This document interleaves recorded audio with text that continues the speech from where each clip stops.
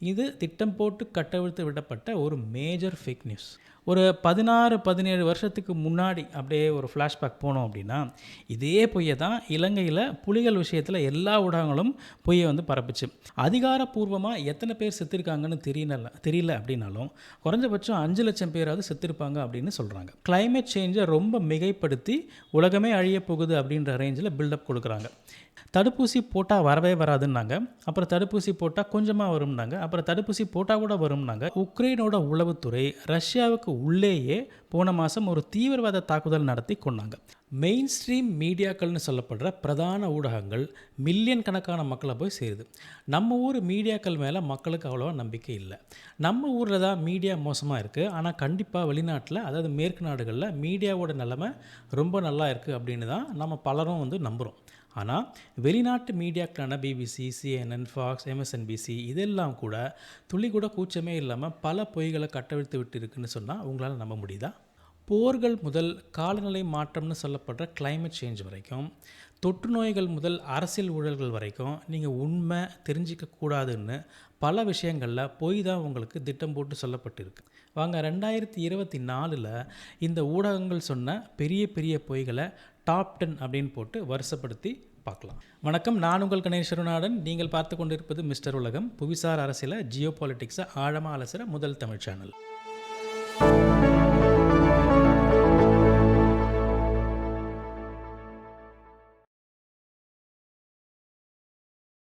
Okay, the countdown begins. Top 10 பொய்யில் 10வது பெரிய பொய், ஹமாஸ் இஸ்ரேலிய குழந்தைகளை அவனில் வச்சு சுட்டாங்க. அதாவது ஹமாஸ் பேக்ட் பேபிஸ் இன் அவன்ஸ். இதுதான் நம்மளுடைய 10வது பெரிய பொய். ரொம்ப அதிர்ச்சியான விஷயம்னு 2024 ஆரம்பத்தில் சொல்லப்பட்ட ஒரு விஷயம்தான், ஹமாஸ் போராளிகள் அவனில் வச்சு இஸ்ரேலிய குழந்தைகளை சுட்டதாக பல வெளிநாட்டு மீடியாக்கள் போட்டி போட்டுக்கிட்டு செய்தி வெளியிட்டாங்க. இந்த செய்தி காட்டுத்தீ போல் பரவுச்சு. ஆனால் இந்த செய்தி உண்மை இல்லை அப்படின்னு பல விசாரணைகள் சொல்லுது. இது திட்டம் போட்டு கட்டவிழ்த்து விடப்பட்ட ஒரு மேஜர் ஃபேக் நியூஸ். ஒரு நாட்டு மேலே மேற்கு நாடுகள் போர் தொடுக்க போகுது அப்படின்னா முதல்ல அவங்க செய்கிறது ஃபேக் நியூஸ்களை கட்டவிழ்த்து விடுறது தான். இதை அதிகாரப்பூர்வமாக செய்வாங்க. இப்படி தான் அமெரிக்கா ஐநாவோட பாதுகாப்பு கவுன்சில் அனுமதி தராமலேயே சட்ட விரோதமாக ஈராக் மேலே போர் தொடுக்க அந்த காலத்தில் ஒரு பொய்யை கட்டெடுத்து விட்டாங்க. அதான் ஈராக் வீரர்கள் குவைத்தில் இருக்கிற ஒரு ஆஸ்பத்திரியில் அங்கே இன்குபேட்டரில் இருந்த குழந்தைகளை கொன்னுட்டாங்க அப்படின்னு ஒரு மிகப்பெரிய பொய்யை மேற்கு நாடுகள் அவங்களுடைய அந்த மீடியாவை வச்சு கதை விட்டாங்க. அதுக்கு பெரிய ரைட்டப்பு, ஸ்க்ரீன் பிளே எல்லாம் எழுதினாங்க. அதே மாதிரியான ரைட்டப் ஸ்க்ரீன் பிளே தான் இந்த ஹமாஸ் மேலே உள்ள இந்த குற்றச்சாட்டு. பொய் நம்பர் 9, ட்ரம்ப்போடைய 2024 ஓட்டிங் ரைட்ஸ். ட்ரம்ப் ஜனாதிபதியாக தேர்ந்தெடுக்கிறதுக்கு முன்னால் அவருக்கு சட்ட ரீதியாக மிகப்பெரிய நெருக்கடிகளை அந்த நாட்டோட ஜனநாயக கட்சியினோட ஆளுநர்கள் கொடுத்தாங்க.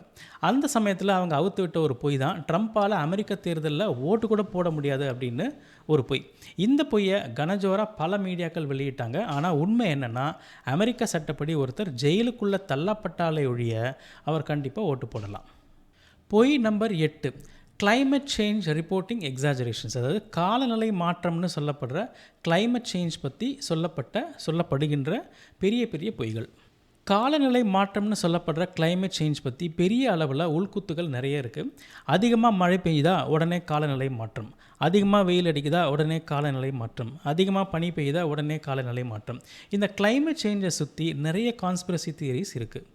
என்னை பொறுத்த வரைக்கும் காலநிலை மாற்றம்ன்றது இயல்பானது தான். அதாவது அது கிராஜுவலாக தான் நடக்குது. இந்த விஷயத்தை பொறுத்த வரைக்குமே பல சர்வதேச ஊடகங்கள் கிளைமேட் சேஞ்சை ரொம்ப மிகைப்படுத்தி உலகமே அழியப் போகுது அப்படின்ற ரேஞ்சில் பில்டப் கொடுக்குறாங்க. இந்த மாதிரி பல மிகைப்படுத்திய செய்திகள் உலக மீடியாக்கள் நிறைய அள்ளி தெளிச்சிருக்காங்க. இதுதான் நம்ம டாப் 10 பொய்களில் 8வது பெரிய பொய். இந்த குறிப்பிட்ட பொய்களை அந்த காலநிலை மாற்றத்தில் ஏன் சொல்கிறாங்க அப்படின்னு ஆழமாக உள்ளே போய் பார்த்தோம் அப்படின்னா, அதனால் பல உலக அரசுகள் தேவையில்லாத திட்டங்களை மக்கள் மேலே திணிச்சு என்ஜிஓக்களும் அரசு பொறுப்பில் இருக்கிறவங்களும் தங்களோட பேக்கெட்டை நிரப்பிக்கிறதுக்கு அது ரொம்பவே உதவுது. இதை பற்றி தனியாகவே ஒரு வீடியோ போடலாம். அந்த அளவுக்கு இதில் பல பொய்கள் நம்ம மேலே திணிக்கப்பட்டிருக்கு. பொய் நம்பர் 7, ஹெல்த் கிரைசிஸ் மிஸ்இன்ஃபர்மேஷன், அதாவது சுகாதார நெருக்கடி பற்றி தவறான தகவல் கொடுக்கறது. உலக அளவில் சுகாதார நெருக்கடிகள் ஏற்படும் போது நோய் இப்படி பரவுது அப்படி பரவுதுன்னு சொல்லி மக்களை பயமுறுத்துறதுல இந்த மீடியாக்களோட அவங்களோட அந்த பங்கு வந்து ரொம்ப அலாதியானது. கோவிட் டைமில் எப்படியெல்லாம் மீடியாக்கள் நம்மக்கிட்ட புழுகினாங்க அப்படின்றத கண் கூட நம்ம பார்த்தோம். தடுப்பூசி போட்டால் வரவே வராதுன்னாங்க, அப்புறம் தடுப்பூசி போட்டால் கொஞ்சமாக வரும்னாங்க, அப்புறம் தடுப்பூசி போட்டால் கூட வரும்னாங்க. இப்படி எல்லா விதமான பொய்களையும் நம்ம பார்த்தோம். சுகாதாரம், நோய், இந்த விஷயத்தில் எல்லாம் தொடர்ந்து பொய்களை சொல்கிறது தான் உலக மீடியாக்களோட 7வது பெரிய பொய். தொடர்ந்து இந்த மாதிரி பொய்களை சொல்லிகிட்டே வர்றதுனால ஊடகங்கள் எது சொன்னாலும், நோய் அப்புறம் இந்த தொற்று நோய் இந்த விஷயங்களில் அவங்க எது சொன்னாலும் அதில் உண்மை இல்லை அப்படின்ற ஒரு கருத்து இப்போ ரொம்ப ஸ்ட்ராங்காக வந்துட்டு இருக்குது. இது ரொம்ப டேஞ்சரான ஒரு விஷயம். பொய் நம்பர் 6, ஹண்டர் பைடன்ஸ் பிஸ்னஸ் டீலிங்ஸ், அதாவது பைடனோட மகனான ஹண்டர் பைடனோட பிஸ்னஸ் மர்மங்கள். உக்ரைனில் ஹண்டர் பைடனுக்கு பல பிஸ்னஸ் டீலிங்ஸ் இருந்ததா பல செய்திகள் வந்துக்கிட்டே இருந்துச்சு. ஆனால் அது எல்லாமே உண்மை இல்லை அப்படின்னு சர்வதேச மீடியாக்கள் மறுத்துக்கிட்டே வந்தாங்க. ஆனால் அவரோட லேப்டாப் திடீர்னு காணாமல் போனதுக்கப்புறம் அதுக்குள்ளே என்னெல்லாம் இருந்துச்சு அப்படின்னு விசாரணை இதெல்லாம் கூட்டி கழிச்சு பார்க்கும்போது ஹண்டர் பைடனுக்கு உண்மையிலேயே உக்ரைனில் பல பிஸ்னஸ் டீலிங்ஸ் இருந்தது தெரிய வருது. அது மட்டும் இல்லாமல் அவர் சட்டத்துக்கு புறம்பாக செஞ்ச பல காரியங்கள் அந்த லேப்டாப்பில் இருந்ததாக சொல்கிறாங்க. ஜோ பைடன் கொஞ்ச நாளைக்கு முன்னாடி தான் ஒரு பொது மன்னிப்பை ஹண்டர் பைடனுக்கு கொடுத்துருக்காரு. அதாவது பிரசிடென்ஷியல் பாடன் அப்படின்னு சொல்லுவாங்க. ஜனாதிபதியான அப்பாவே மகனை சட்டப்படி மன்னிச்சு விட்டுருக்காரு. இந்த கூத்தெல்லாம் நடந்தும் கூட மெயின் ஸ்ட்ரீம் மீடியா இந்த ஹண்டர் பைடன் லேப்டாப் விஷயத்தை மிகப்பெரிய ஒரு மௌனம் சாதிச்சாங்க. இந்த மௌனத்தை கூட வந்துட்டு பொய்ன்னு சொல்லலாம். பொய் number 5, down playing Ukraine's military losses, அதாவது உக்ரைனோட இராணுவ இழப்புகளை குறைச்சி மதிப்பிடுறது. உக்ரைனில் நடக்கிற போர் ரொம்ப மோசமானது, துயரமானது. ஆனால் பெரும்பாலான மேற்கு ஊடகங்கள் உண்மையிலேயே உக்ரைன் எந்த மாதிரியான பாதிப்புகளை சந்திச்சிருக்கு, எவ்வளோ உக்ரைனியர்கள் கொல்லப்பட்டார்கள் அப்படின்றத தெளிவாக சொல்கிறதே இல்லை.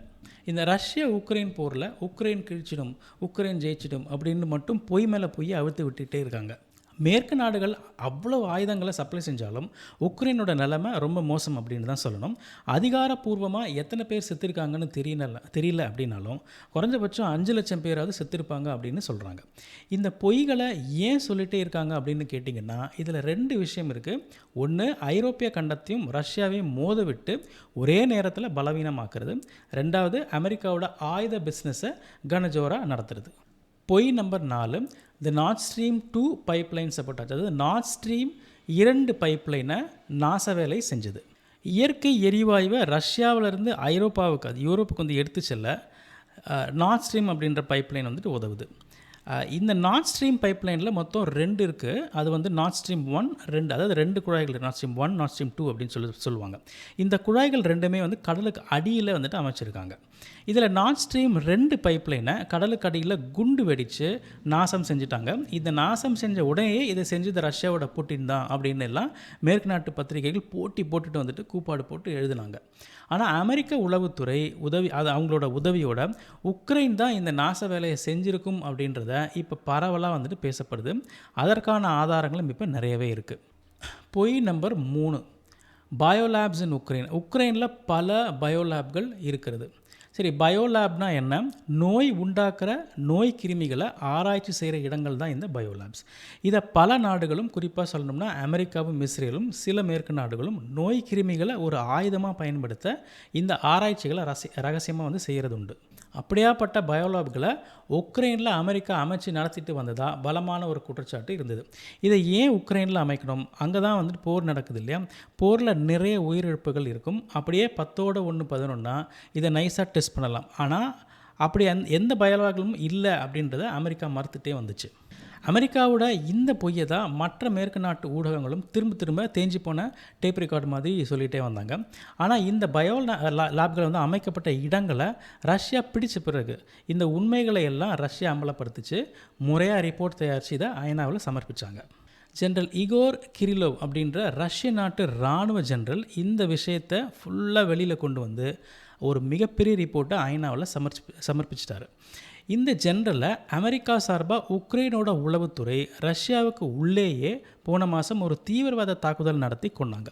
இந்த மோசமான சம்பவத்தை பற்றி எந்த ஒரு மேற்கு நாட்டு ஊடகமும் நம்ம நாட்டு ஊடகம் கூட பெருசாக வந்துட்டு செய்தி வெளியிட்டு வாயே திறக்கலை. பொய் number 2, Hamas is hiding behind civilians, அதாவது பொதுமக்களுக்கு பின்னால் ஒளிந்து கொள்ளும் ஹமாஸ். இதுதான் வந்து பொய் நம்பர் 2. ஹமாஸ் பொதுமக்களோட பின்னாலேயும் அதாவது பொதுமக்கள் அதிகமாக வாழற கட்டடங்களில் ஒளிஞ்சு இருக்கிறதா மேற்கு நாட்டு ஊடகங்கள் கிளிப்பிள்ளை போல் வழக்கமாக சொல்லிகிட்டே வந்தாங்க. ஆனால் வெறும் 20,000 பேர் கொண்ட ஹமாஸ் இயக்கம் எப்படி மொத்தமாக மக்கள் பின்னாடி ஒளிஞ்சிக்கிட்டு இருக்க முடியும்?